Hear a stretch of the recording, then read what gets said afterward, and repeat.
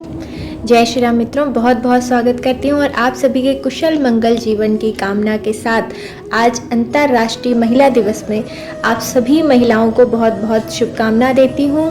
माता रानी और भोलेनाथ की कृपा सदैव आप सभी महिलाओं पर बनी रहे और विश्व में आप निरंतर प्रगति के मार्ग प्रशस्त करती रहें। ऐसी कामनाओं के साथ आज विशेष चर्चा करेंगे हम महिलाओं के लिए सूर्य और चंद्रमा ग्रह की। जी हाँ, जैसा कि हम सभी जानते हैं, इस पूरी प्रकृति को चलाने के लिए सूर्य और चंद्रमा की विशेष भूमिका होती है।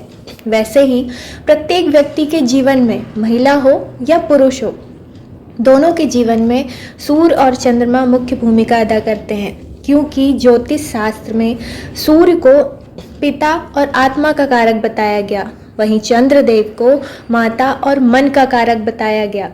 बात करते हैं महिलाओं की।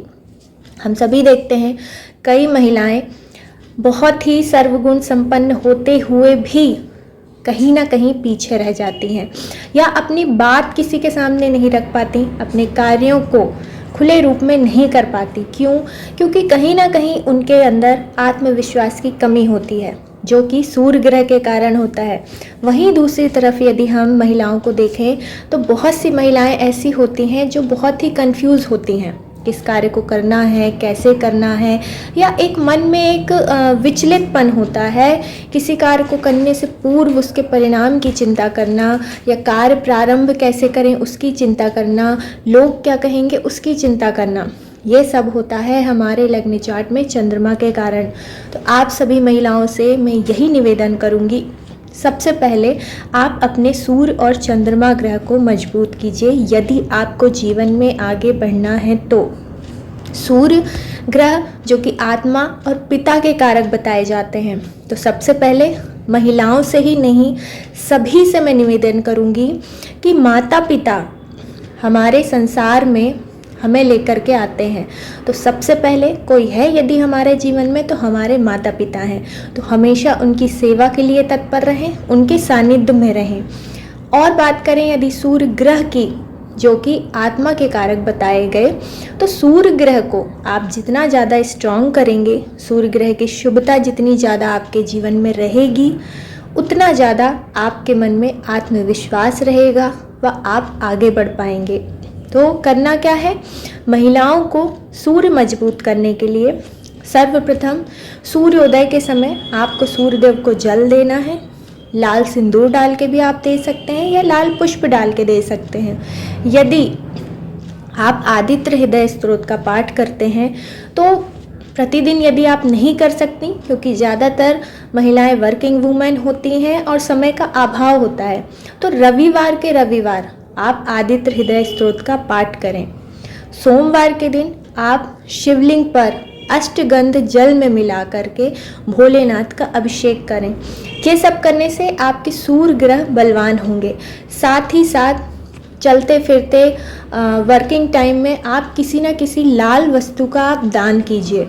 संडे टू संडे कर सकते हैं या प्रतिदिन आप कभी भी अनचाहे कभी भी किसी भी समय आप लाल वस्तु का किसी को भी दान कर सकते हैं। इससे भी सूर्य मजबूत होता है। बात करते हैं चंद्र ग्रह की, जो कि मन का और माँ का कारक होता है।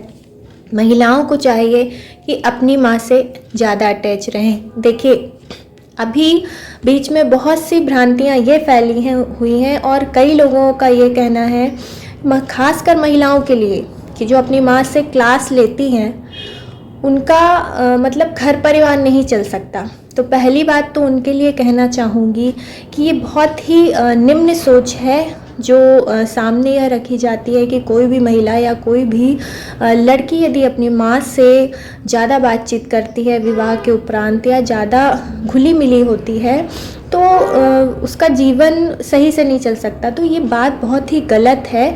जिसके भी मन में ये बात है, मैं सबसे पहले यही कहूँगी कि आप भी एक माँ के द्वारा ही इस जीवन में आए हैं, तो यह निरर्थक और आलोचनात्मक बात ना करें। माँ का स्थान प्रत्येक व्यक्ति के लिए सर्वोपरि होता है, क्योंकि माँ ही ऐसी हैं जिनके कारण हम इस संसार में आते हैं। तो आप सभी से निवेदन है, अपनी माँ की जितनी सेवा कर सकते हैं, अपनी माँ के सानिध्य में जितना रह सकते हैं आप रहिए। बात करते हैं चंद्र ग्रह मजबूत करने की। चंद्रमा प्रत्येक पूर्णिमा को आप चंद्रोदय होते हुए देखें।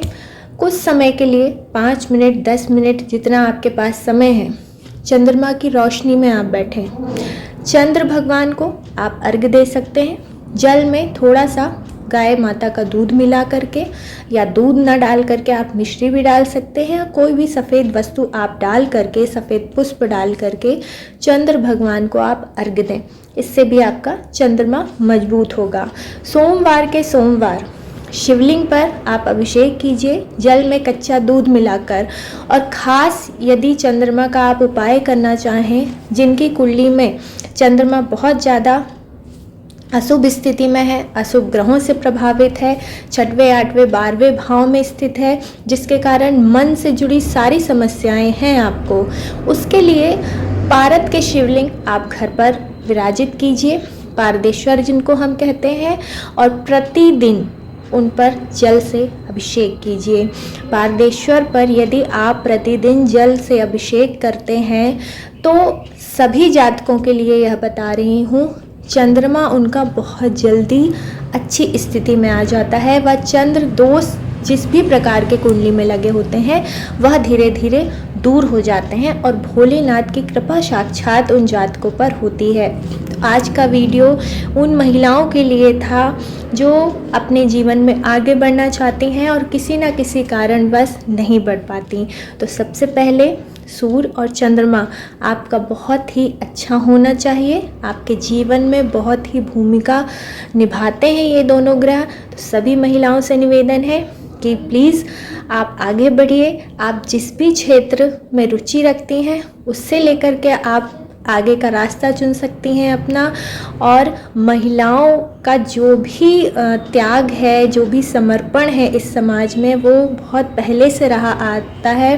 और ख़ास आज शिवरात्रि का दिन है, बहुत अच्छे दिन, अंतर्राष्ट्रीय महिला दिवस आज मनाया जा रहा है विश्व भर में। तो आप सभी महिलाओं को, सभी माताओं को, सभी बहनों को मेरी हार्दिक हार्दिक शुभकामनाएं हैं। भगवान भोलेनाथ और माँ पार्वती की कृपा आप सभी पर सदैव बनी रहे। जय माता दी।